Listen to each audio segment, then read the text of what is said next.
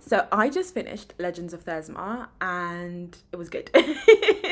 How do I start this? Okay. Thea and Wilder Hawthorne.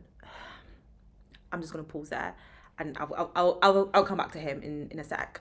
So I don't know how long this review is gonna be, so I'm gonna have to break it up into little parts. So if you do see like some continuity issues, my apologies, but it might be a pretty long review. First of all, door POVs. I love, anyone that knows me knows I absolutely love and adore door POVs. It just kind of, it adds a little bit more extra sauce to the story, because I get to see both the female lead and the male lead's point of views, especially when they're talking to each other, like things like it's cute. I always like when I see dual POVs. Thea is our main character. I love Thea as a character. Actually, she's flawed, which is what we want. We want a flawed character, but not too flawed that she's annoying. She's not annoying. She's flawed. She loves fiercely. She's driven. She continuously challenges the status quo, especially in a world that has female characters kind of forced into specific roles, right? We'll go into that a little bit later. So, overall plot. This world, or at least this little bit of the world that we're introduced to, is infested by monsters. There are different types of monsters. There are reapers, there are wraiths, I think they're called, and there's so much more. And they more or less terrorize the kingdoms. That's their role in this. They terrorize the kingdoms. They can only be killed by Wolfsworn. Like, those monsters are that strong and that powerful that typically only the Wolfsworns are the ones that are able to defeat them. So there are regular soldiers called guardians, but then Wolfsworn, as I said, are like the second kind, the main kind.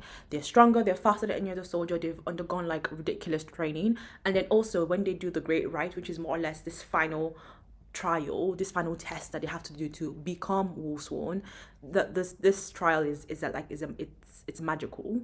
It's a magical kind of trial, but when they kind of come out of that, and if they pass and they come out of it alive, they are rewarded with these otherworldly skills like strength, agility that I mentioned before, and a little bit of magic, right? So because of this and because of everything that they go through to become Wolfsworn, they are revered by everyone. They are legends. They are legends in this world.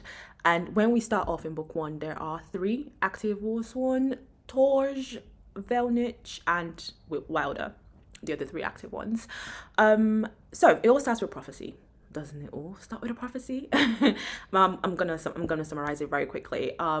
Prophecy more or less says that when a woman holds a blade or fights with a blade, the world will come to an end. The other bits, but that's the important one. So because of this prophecy that came past, and I think there's something happened 20 years ago where a young girl held a blade and monsters came out of the blade, and ever since then, women were forced to drop their arms, and there were loads of women soldiers in the army, were forced to drop their arms, and they had to, if they were to remain in the army, they were relegated to alchemy, so they had to be alchemists. Because of this, most of the women soldiers, actually all of them apart from one, all left the kingdom, and we don't know where they went to.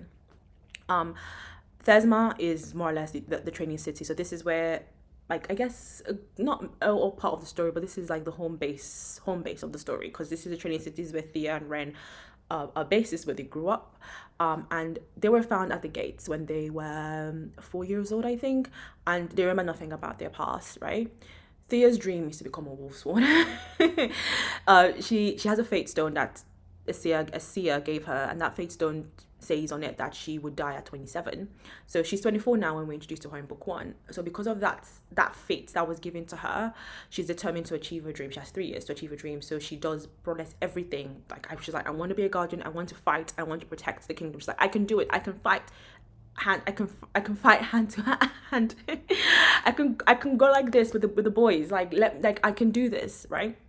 Wilder is a Wolfsworn. He's the last one. He's fierce, he's strong, he's an amazing fighter, and he is drawn to Thea. This is a romantasy, don't forget.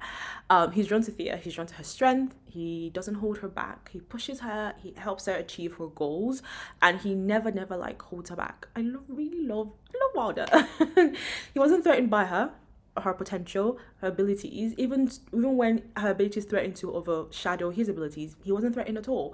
Like, he helped her cultivate it. Now, don't get me wrong, Wilder is not perfect. No one is, but he's a flawed character. He also goes through his own, I guess, character arc of self forgiveness, survivor's guilt, and also just learning to be vulnerable and opening up to the people that you love and that he loves, and just trusting them as well. This story more or less follows Thea in her journey to become a soldier and a war sworn, with all the prejudices that comes with being a woman on this path that she's chosen, right? And as usual, things are never what they seem.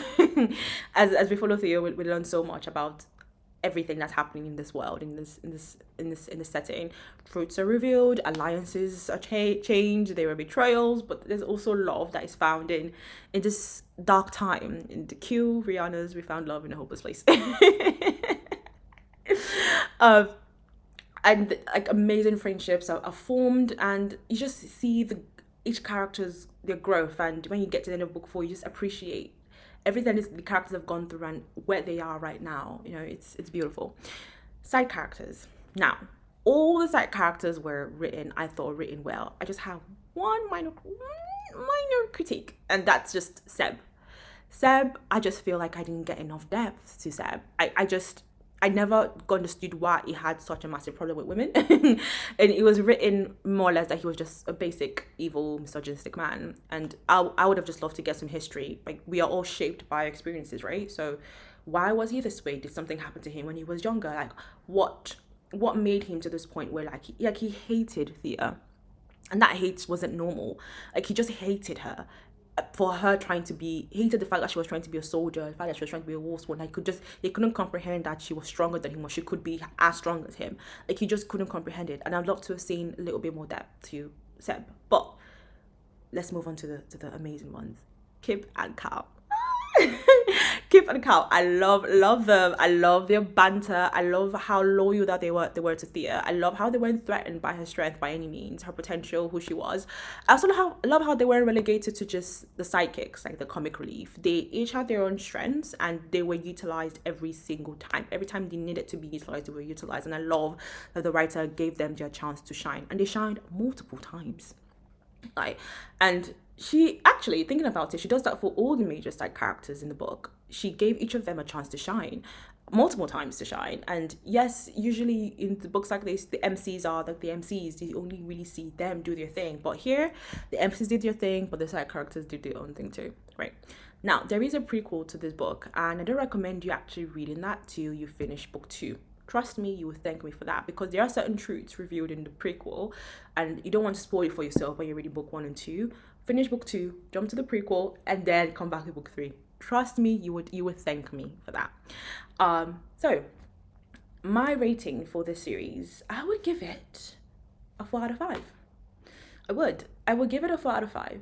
The spice rating, it was spicy. There was good tension. It wasn't repetitive. I'll give it a 3.5 to a 4 out of 5 as well. So yeah, I think it's a good book. And have you read it? If you have read Legends of Thezmarr, what did you think? Like, let me know what you guys thought about it. But thanks for listening to me ramble on. I don't know how long this video is, but thank you for listening to me. And I hope you have a great day. Bye.